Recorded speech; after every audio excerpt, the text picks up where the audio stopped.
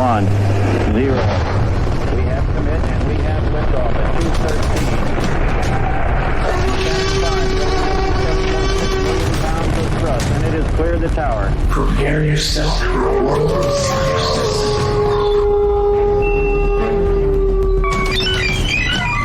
This is Science of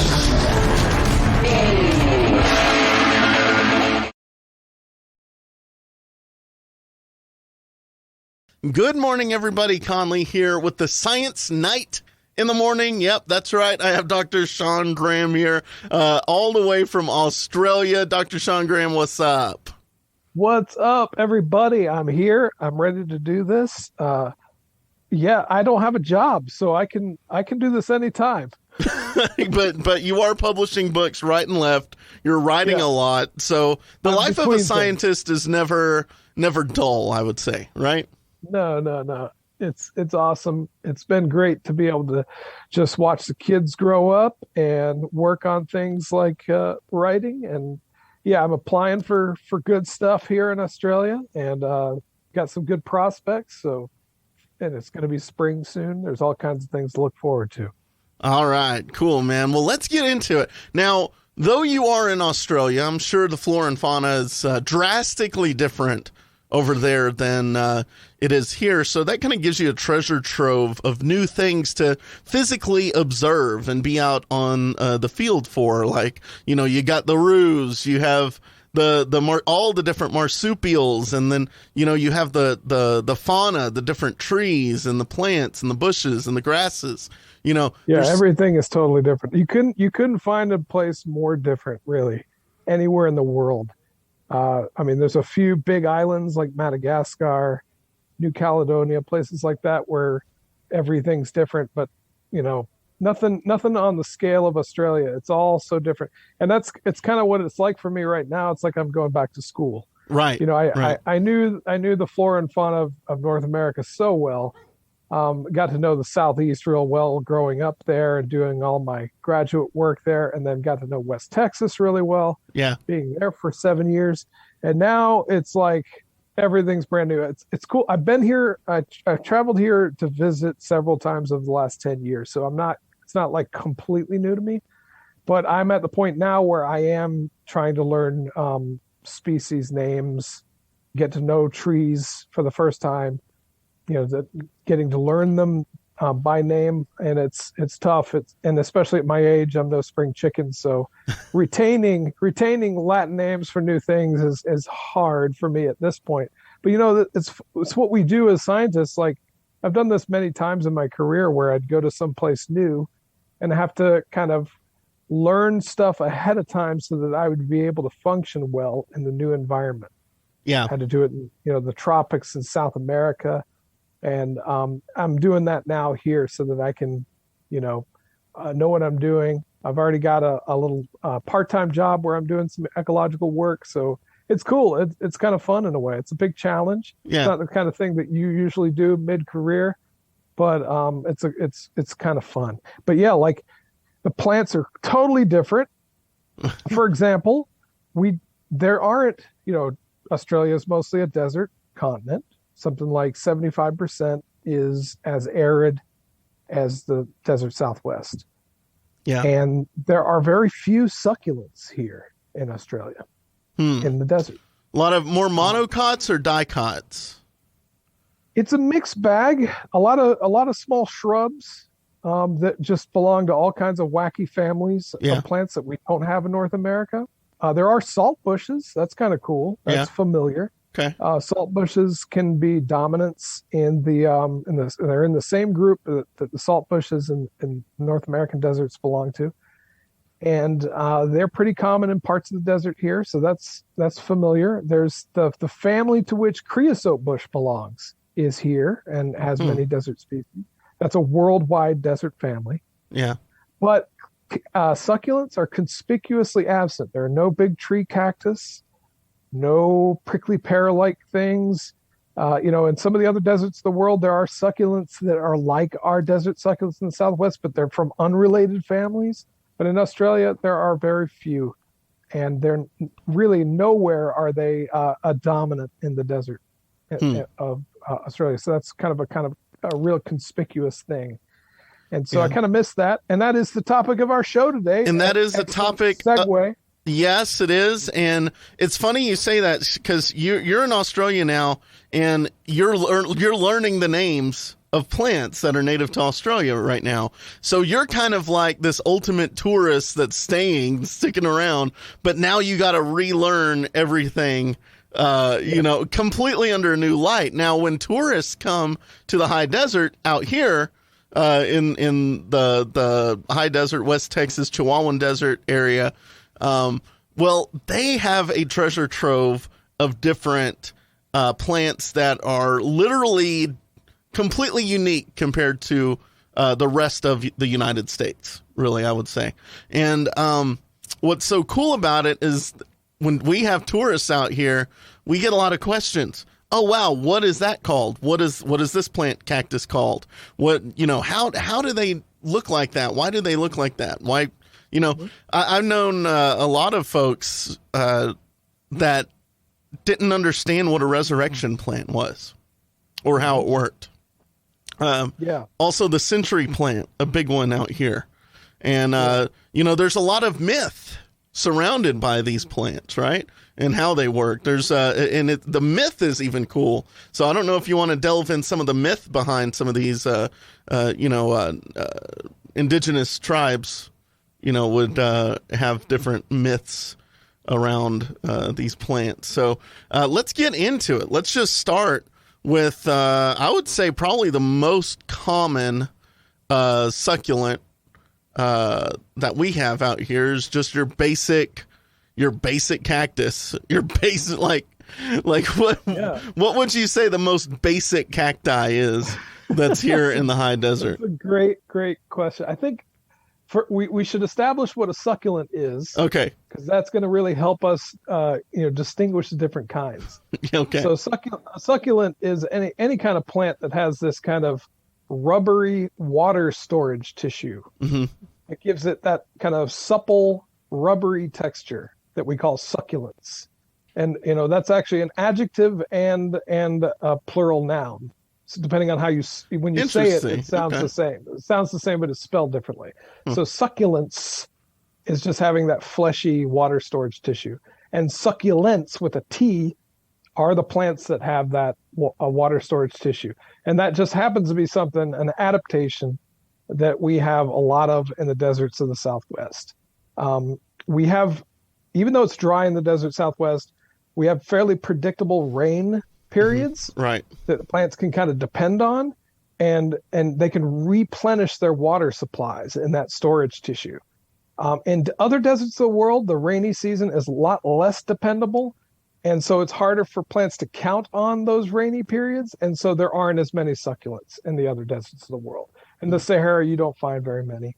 In the big deserts of the Middle East and Central Asia, you don't find them. In Australia, it's too unpredictable. There's no set rain period where they can depend on it. So those things just don't work in Australia, or never did in the past. So in the desert Southwest, we have dependable rain periods, so those things really do well.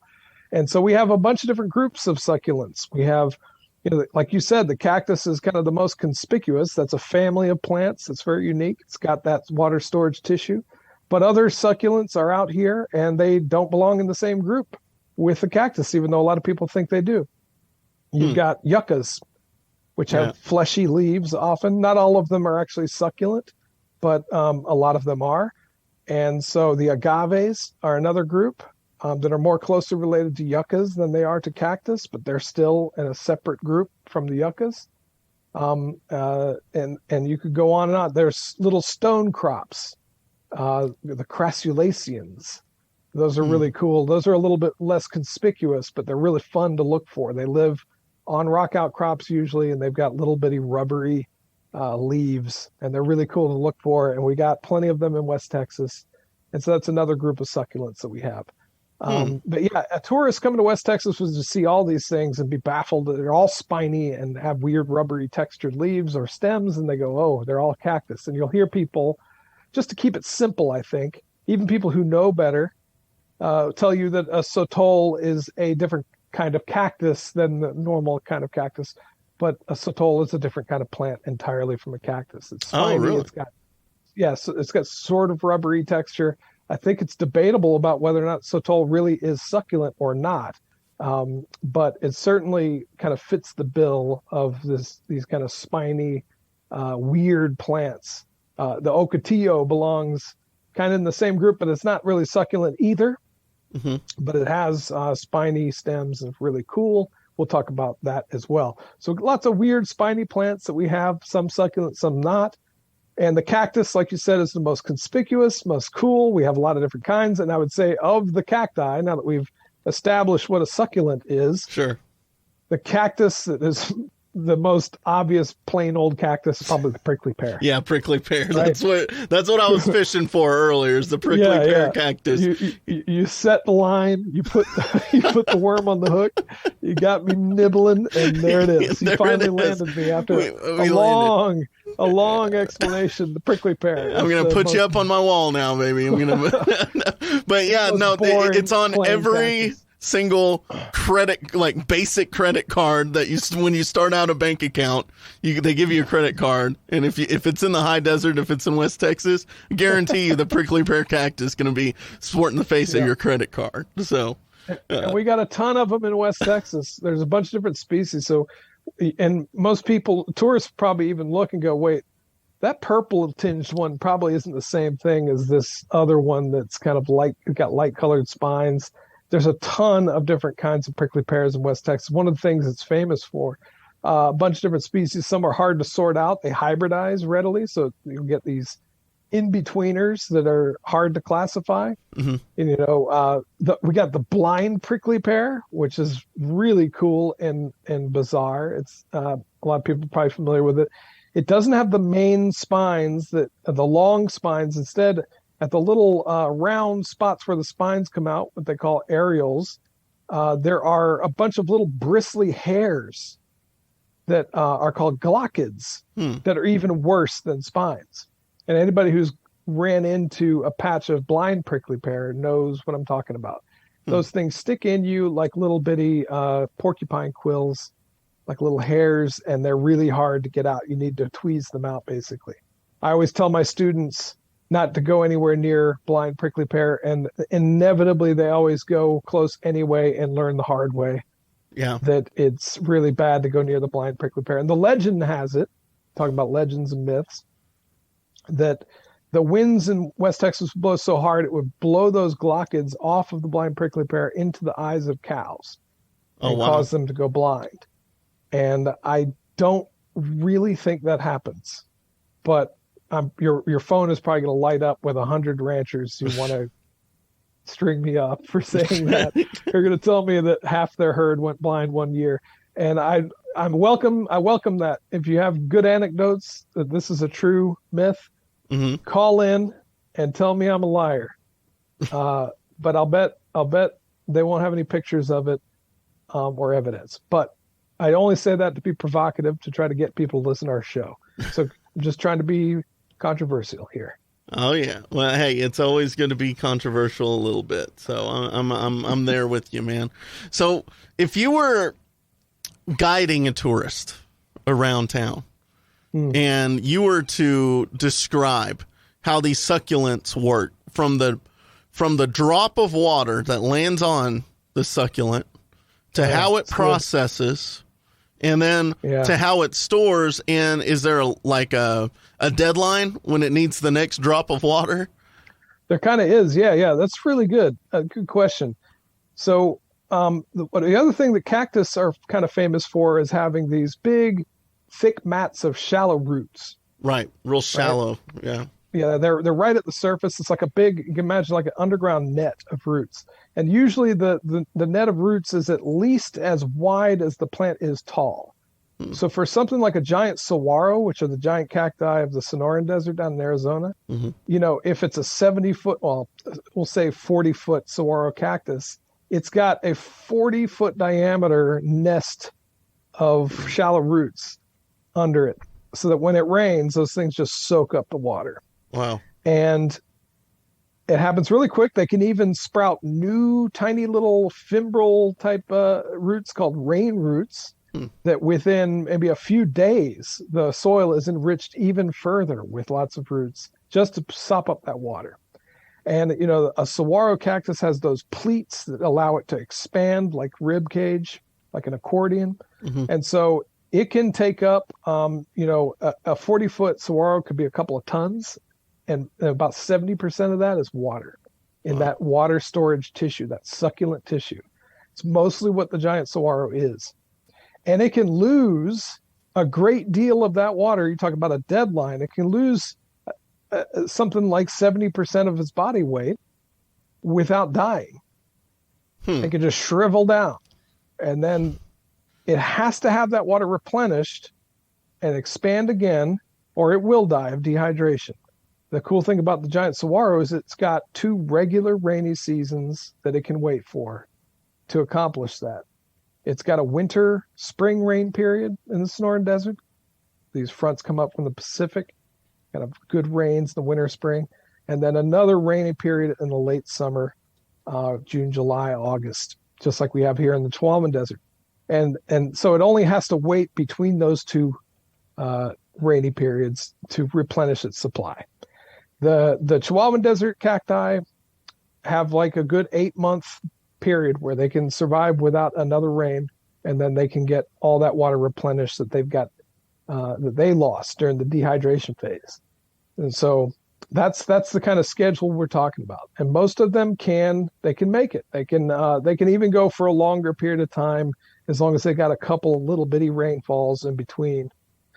But if you're talking about the kind of desert conditions that you might have in the Sahara, where you can't really expect any place in the Sahara Desert to have a reliable rainfall for maybe 3 or 4 years, it wouldn't work.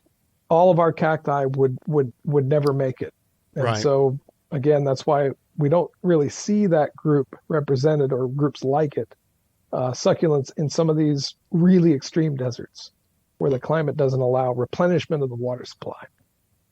Interesting. So I guess some cactus you might see around here, tell me if I'm wrong on this, Sean, that's similar to the saguaro. They're kind of like mini saguaros to me, at least. San Pedro, that I see at least potted around here. It looks like a mini saguaro cactus. I'm not sure what that one is you're mentioning. Are you talking about choyas? No, it's just a planted. Oh yeah. Okay. It's a cactus. It's called San Pedro, and it doesn't really have arms like the saguaro cactus. It just looks like one giant saguaro just up. But they don't grow nearly as big as saguaros. But and you see them planted in yards and stuff, but not really out in the actual desert. Yeah, so that's kind of cool. Yeah, the climate in West Texas allows people to plant all kinds of cacti from all over the world, and they do pretty well. Yeah. I don't know if giant saguaros are kind of notoriously difficult to transplant other places. I don't think they would do well in West Texas, mostly because we have these hard freezes that would kill them. Yeah. But yeah, there are, especially you can go to various nurseries and people who have really good xeriscaping yards and find where people have planted stuff from other areas, and they do really well. And yeah, I should mention in Australia, people have crazy like organ pipe cactus and saguaro-like cactuses growing in their front yard.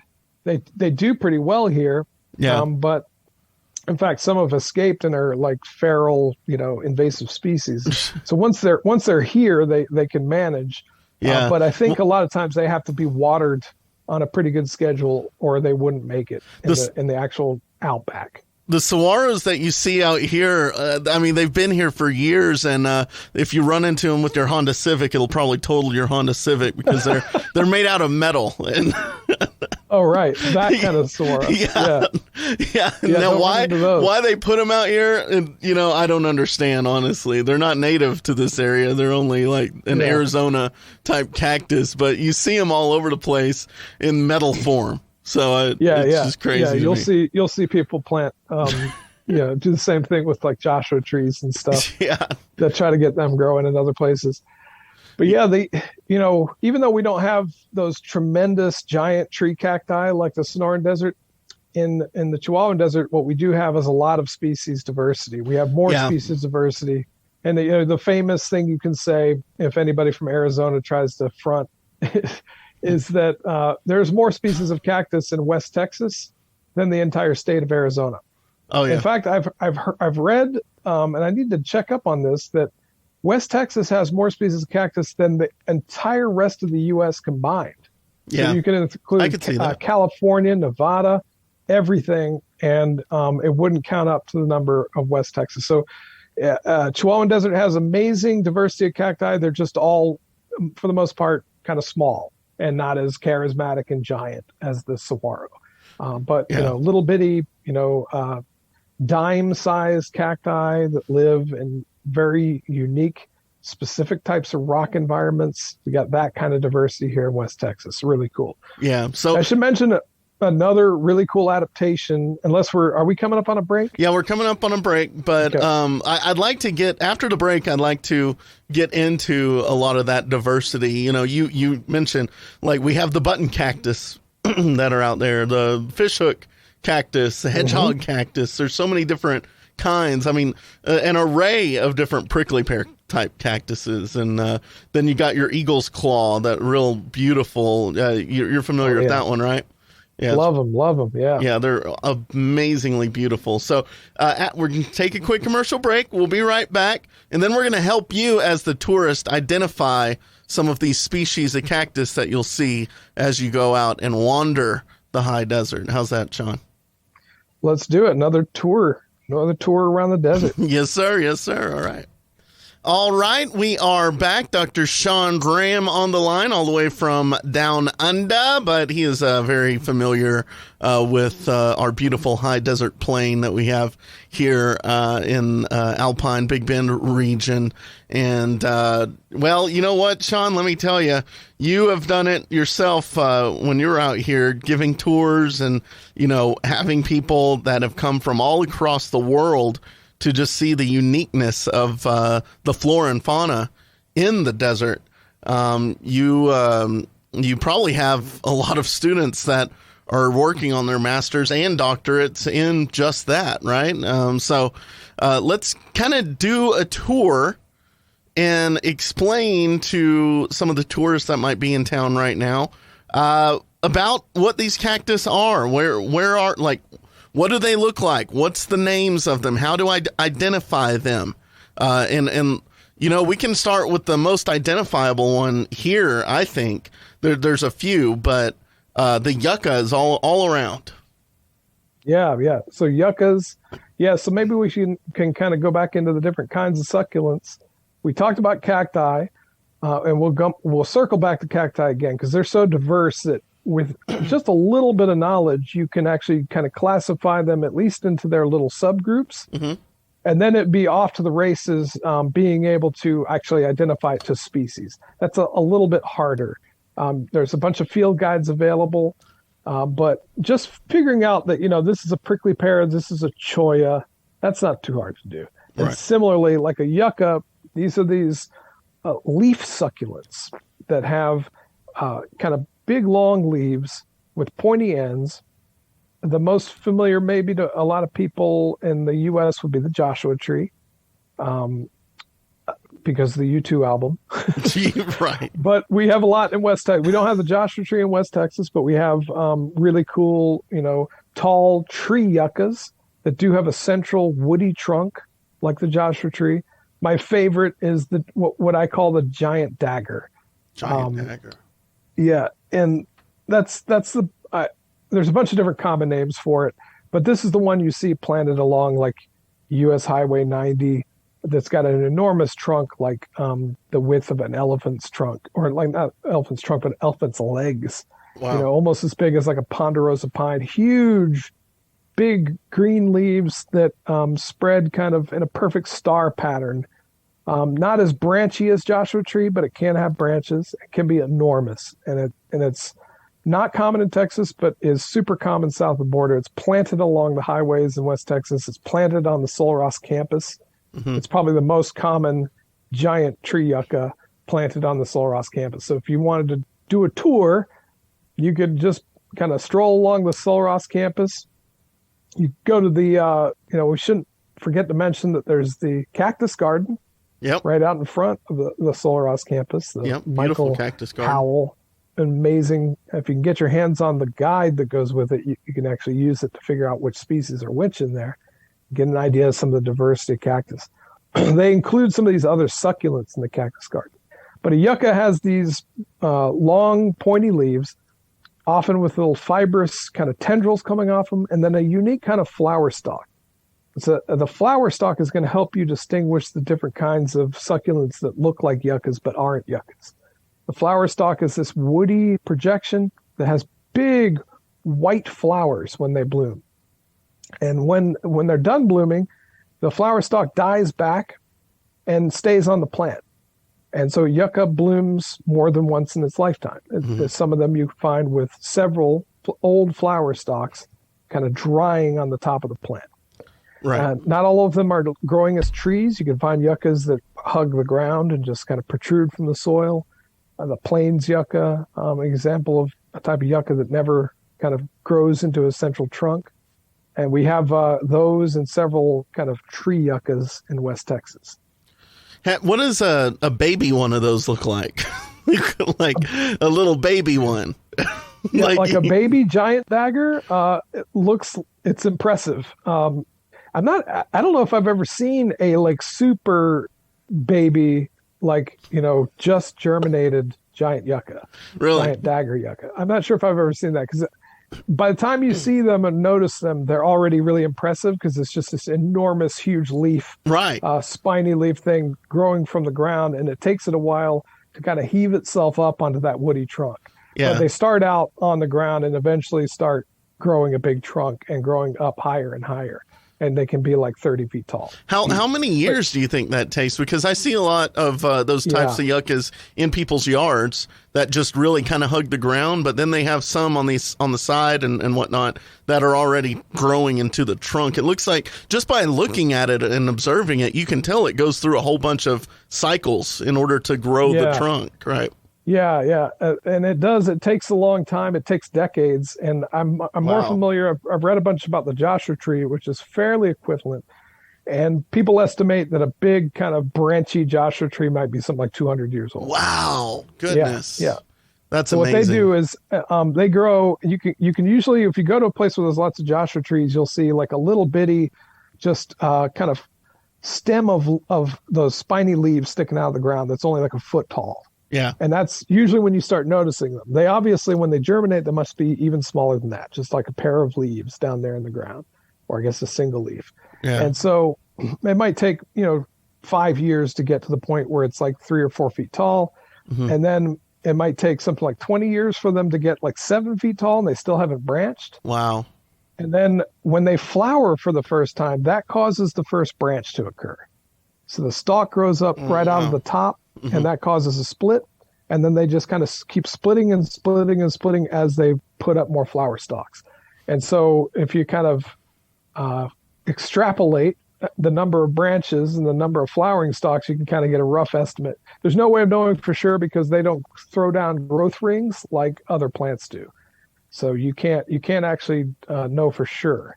But the estimates for Joshua trees, something like 200 years. And I would say for giant daggers, probably not that old, but something like 100, I would buy that for sure. Like a really big one with lots of branches. Cool. So listeners, if you see one of those beautiful trees branched out and for some reason you see some neon orange paint line strip across it, you better tie yourself to that sucker because that thing's worth saving, I would say. But, yeah, just amazing. I love them. Yeah. So, all right. Well, okay, we have the yuccas. Now, are ocotillas considered succulent? Ocotillos don't really have succulent tissue. Oh, you're right. Yeah.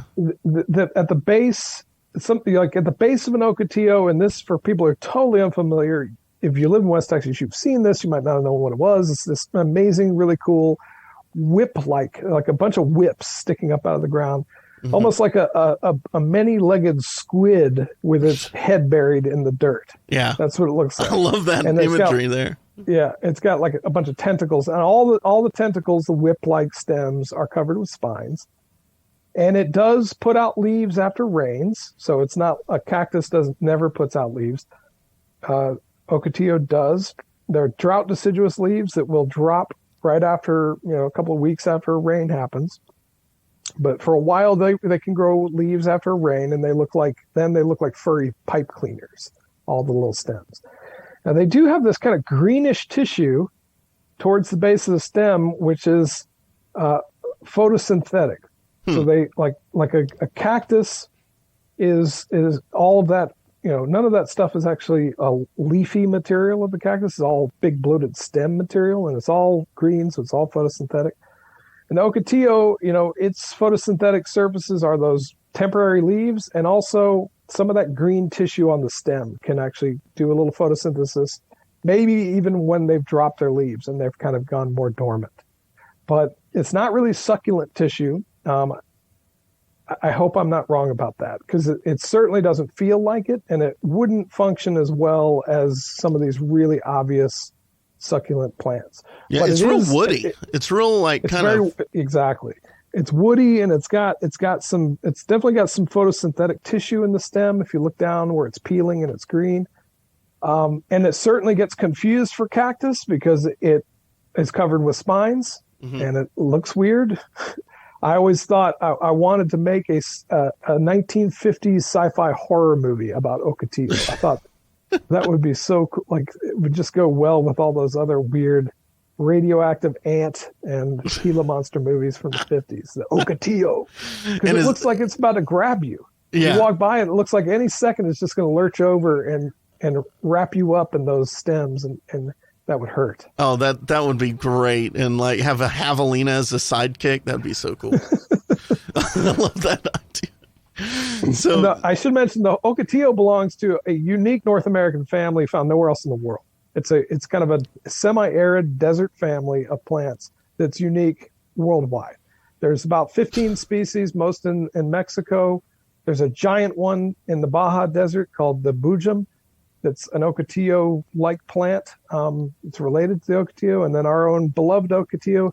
You can travel the entire world looking for ocotillos, and you will never find them anywhere else but North American deserts. Wow. Interesting. So, ocotillo isn't technically a succulent, right? I don't think it's a succulent, and it's certainly not a cactus, and maybe that brings us to the agave. Yeah, which is definitely a succulent and is not a cactus. Is not a cactus. They're not related to cactus at all. They're more closely related to yuccas. They get kind of swapped around what family they belong to. I think right now they're in the same family with the asparagus, which, if you look at the flowering stalk of a big agave before it turns into flowers, it actually looks like a giant asparagus. Yeah, that's right. Yeah, I didn't before think about it actually grows flowers. And it's definitely a leaf succulent, those big basal leaves growing from the ground. I don't know if there's any such thing as a tree agave. I don't think there is. They all grow, they're ground huggers. Huge, big, thick leaves, usually much thicker than a yucca. And the way you can tell them apart is that on the agave leaf, there are these little kind of fish hooks along the margin of the leaf, the whole length of the leaf, and then a very sharp, spiny tip. Now, with yuccas, the leaf can be spiny tipped, but usually the length of the leaf doesn't have like little spines sticking off it. It can be kind of abrasive and jagged and serrated, but it doesn't actually have big hooked spines on it. So it's pretty easy to identify a agave if you look at the differences in the leaf. And of course, the flowering structure of an agave is totally different. One huge central flower, and the really unique thing about the agaves is that they bloom once in their life and then they die. They undergo years, decades perhaps, of water storage and producing tons of starches and sugars and these big hearts of those leaves. It's stored there, and they're storing it, getting ready for the one reproductive event in their life. And it's kind of sad, but it's really cool in a way. They put so much investment into that one flowering that they produce this 2-story flowering stalk that might produce like liters of nectar every day, that bats and moths and bees, birds, all just get drunk on. And it's an amazing, amazing plant. We have several species in West Texas. probably the most common is one you might not have known was an agave, the lechuguilla. Lechuguilla. Yep. Fibrous agave.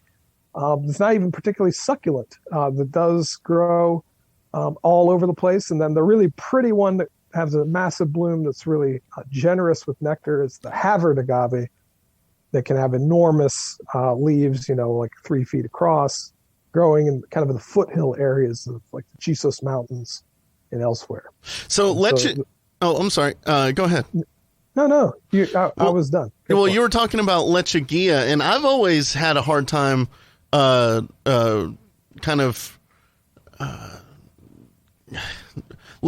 and Sotol really confuse me. Yeah. So lechuguilla, so Sotol throws another kind of spanner in the works because it's almost like some sort of cross between a yucca and an agave. Yeah. That's not really what it is, but it can seem like that. Yeah. So Sotol has really long, fibrous leaves that are somewhat like a bear grass and somewhat like agave leaves in a way, and somewhat like yucca leaves. And of course, they have toothed margins, like with little hooked teeth all along it, like an agave. And the lechuguillas have that too, right? Lechuguillas have it just like an agave, and then Sotol. The real difference, lechuguilla never grows into the big kind of huge kind of cousin sized ball of leaves that Sotol does.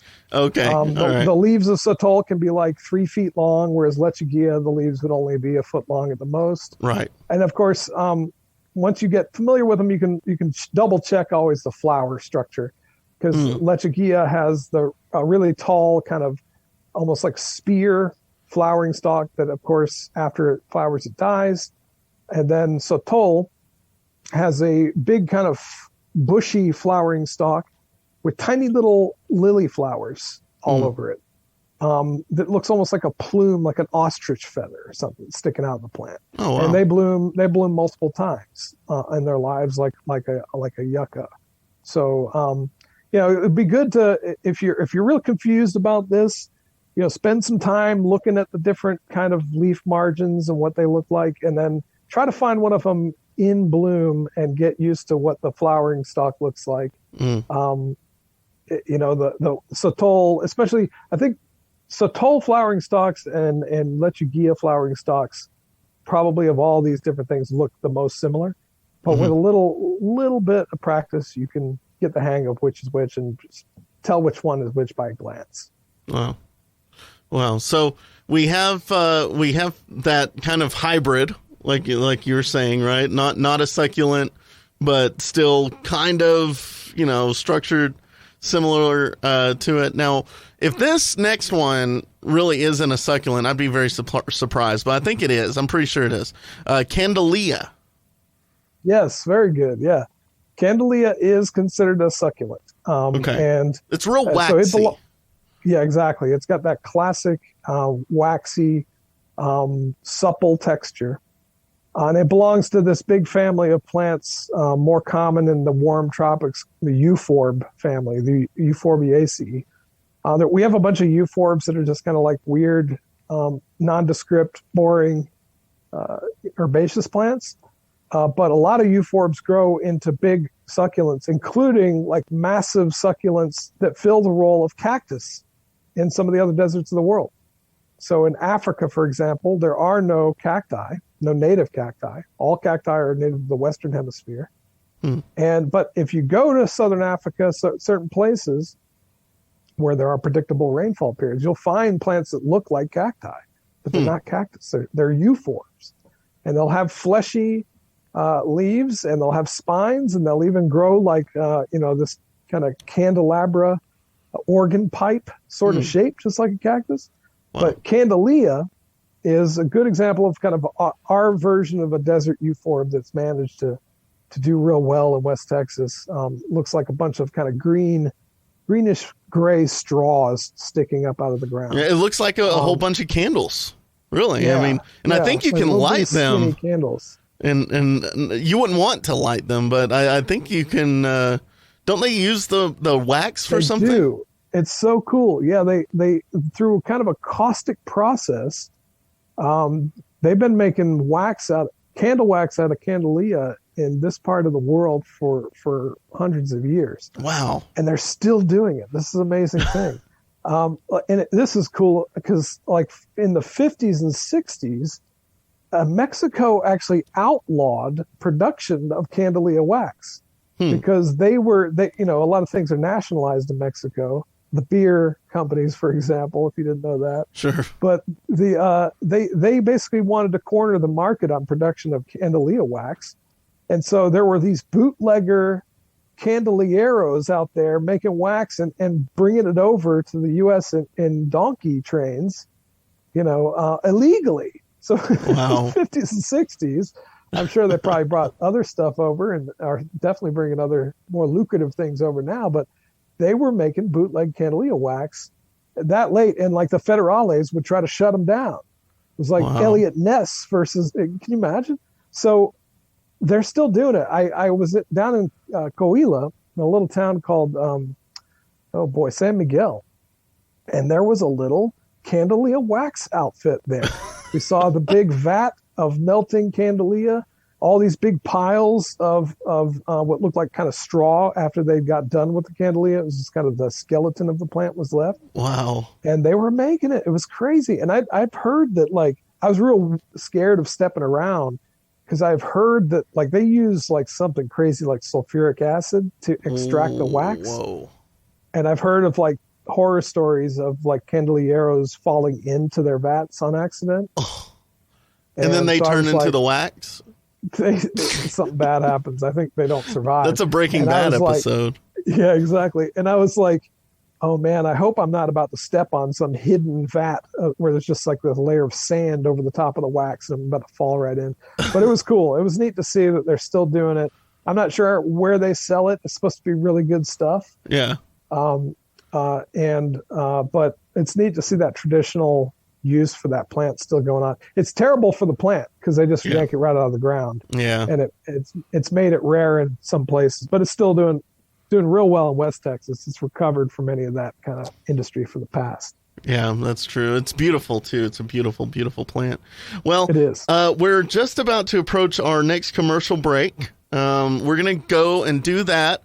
After the break, we have about 10 minutes. We were talking about the whole process of succulents earlier. We want to kind of get back into that and how a single drop of water can create something so unique like a succulent.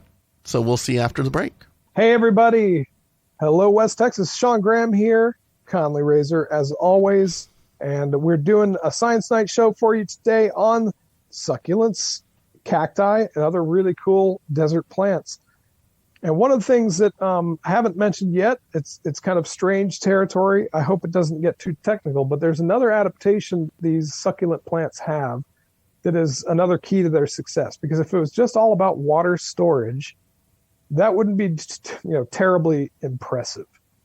So another thing that they have is a special kind of metabolism, a special kind of physiology that's unique to these kind of plants. And it's best known, probably better known by its acronym, but I hate acronyms, but you call them CAM plants, C-A-M. Mm-hmm. And the acronym stands for Crassulacean acid metabolism, which is a mouthful. Wow. That name Crassulacean refers to this group of plants, the Crassulaceae, which are the stone crops, which are the plants that they discovered this type of metabolism in. But that name's horrible. It's hard to memorize. But what it does is pretty simple. If you're familiar with desert animals, you might know that most desert animals are nocturnal. They only come out at night because nighttime in the desert is way more pleasant, less water loss. You're not going to get dehydrated as quickly. So nighttime is the best time in the desert. So that's why most animals in the desert are active. And CAM plants, succulents, most succulents have this type of metabolism. Cactus are a perfect example, are kind of nocturnal. So what they do is, to bring in carbon dioxide, plants bring it into these little pores into their leaves called stomata. They open these pores, they bring in carbon dioxide, they kind of breathe it, if you want to say it that way. I won't get you in trouble for it. They bring it in and they turn that carbon dioxide into sugar, into glucose through the process of photosynthesis. And that requires light. We all know this. But one of the things that cactus do, which is really cool, is they kind of split the process. They open up their pores at night, and they allow carbon dioxide to go into their tissues when they're not going to lose as much water through those pores. It's unfortunate those pores are a two-way street. They can breathe in carbon dioxide, but when they do that, they emit water, right. Water vapor. So there's no way around it. Plants are going to lose some water to open up those pores to do what they do. And so cactus, other succulents, they segregate that process to where they do that part at night. They store the carbon dioxide as this kind of organic acid until the morning, and they close up the pores. And they undergo photosynthesis. They go ahead and continue the rest of photosynthesis when the light is happening, when the pores are shut. And it works. By segregating it, they essentially act like a nocturnal creature by splitting the duties. Now, this type of photosynthesis is not very efficient in terms of total production of sugars. It would be way better to have big, broad leaves and to do photosynthesis like ordinary plants do. So cactus is another one of those examples where it's like you can't have it both ways. If you have this kind of photosynthesis, it is the most water-efficient photosynthesis there is. For every little drop of water that gets pulled up the roots, it's the most effective, most efficient way to do photosynthesis. But if you've got plenty of water, there's way better ways to do it. So this is kind of like cactus are really, really well adapted to the desert, but wouldn't do well competing with ordinary plants in wetter environments, which is kind of one of the reasons why you really only find cactus in these kind of environments. They do turn up in other places, but they're way less common. So that's CAM metabolism. How did I do, Conley? Was that super technical and awful? No, it makes sense. And, are our people they're reaching for their coffee and they're like turning us off? And they're like, No. I think that does make sense, because if they were to do it during the day, they sacrifice all that water to evaporation. Yeah. And by doing it at night, where the deer and all the other nocturnal animals are robust and vibrant, then that makes so much more sense. So they're nocturnal type species. In a way, yeah. They've turned their photosynthesis. Half of the photosynthetic kind of stages occur at night to take advantage of the cooler and slightly more humid conditions of the nighttime. It's really cool. It's really savvy. And pretty much all of them do it. Any plant with succulent tissue, they not only use that tissue for water storage, they use it to store those organic acids from CAM photosynthesis. So both of those things are going on at the same time in that water storage tissue. It's kind of cool. If you're interested in eating cacti, a lot of them are edible. If you take a little piece with your pocket knife and eat cactus first thing in the morning, it tastes bitter because it's been storing up those organic acids all night. And so the best time to eat a cactus is late in the afternoon after it's finished the photosynthesis, turned all those organic acids into real sugars, right? And depleted the acid supply from the previous night. So morning is the worst time to eat a cactus. Evening is the best time. Does the moon affect any of this process at all? Like what, full moon versus no moon? New moon? I don't think so, because it'd be funny if somebody knew that. I don't think any plant is able to use moonlight for photosynthesis. There's just the wavelength is not strong enough. Yeah. Plants can grow at some ludicrously low light conditions, but I don't think they can grow in the dark. That light, yeah, right. Light. Yeah. Interesting. Very cool. Somebody's probably going to call and go, actually, you're a moron. I'll say that I'm not a botanist, so that would be pretty amazing if there is a plant out there that can do it. For example, there are plants that can photosynthesize through quartz. So quartz rock can be sitting there on the desert floor, and you look underneath it, and it's like a little bit more moist under that rock, and there'll be moss growing under the rock. Interesting. And the moss are growing from the light that's going through the quartz, solid rock, through a mineral, and they can use that. It's like the most measly amount of photosynthetically active radiation you could ever imagine other than like moonlight or starlight. Yeah. And they pull it off. So Wow. there are some interesting examples like that, but I'd be shocked.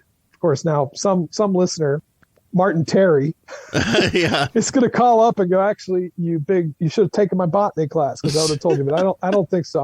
I'm sticking to my guns. I don't think there's a plant that can Right. operate from moonlight.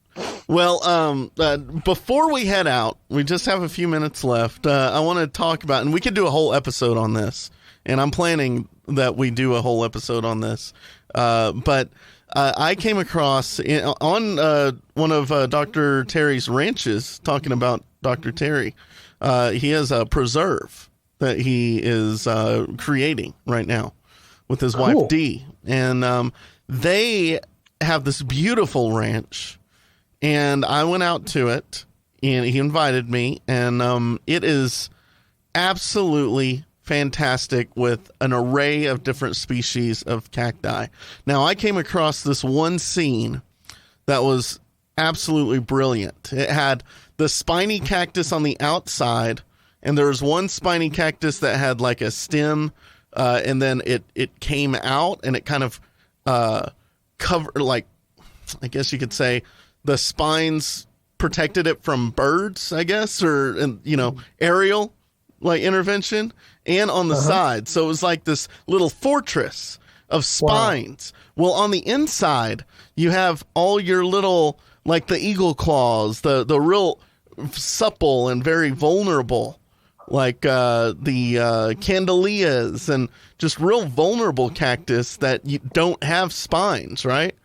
And it was just an amazing conglomerate of different cacti that are really helping each other. And they, Dr. Terry talks a lot about nursing plants and how they actually, their existence is unknowingly to them is to aid this other plant that's growing right next to them. So it's really cool.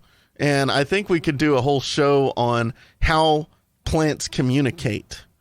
And I think that would be really interesting. Interact that way. Yeah, well, that's cool. How they interact and how they communicate, because is Terry planning on making this ranch like open to the public? To academics, yeah. Oh, cool. Yeah. How cool. Yeah, that sounds amazing. And that the interactions between these plants is pretty amazing stuff.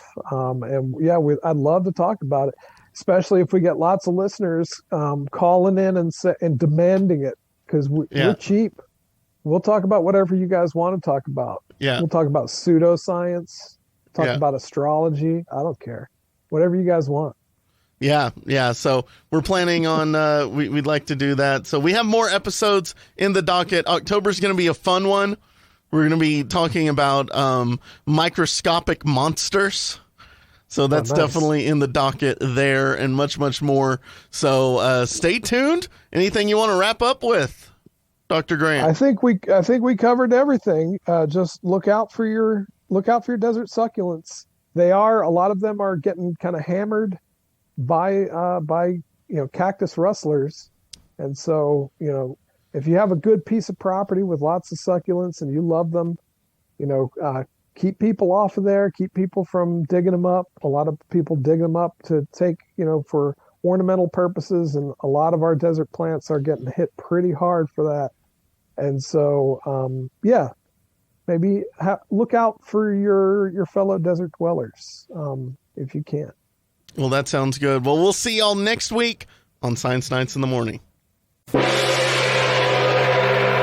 Thanks for listening to this episode of Science Nights in the Morning. Be sure and follow us on Patreon for exclusive gear and uncut episodes. Check out the latest science articles on our Facebook page, and subscribe to us on YouTube and your favorite podcast listening app. You can also listen every Saturday at 10 a.m. Central Standard Time at BigBenRadio.com. And if you got a question, we'll join the discussion. Hit the hotline at 432-217-1983 and record your message. We couldn't do this without you, and thank you so much for listening each and every week. That's Science Nights in the Morning with a K, and we'll see you next time.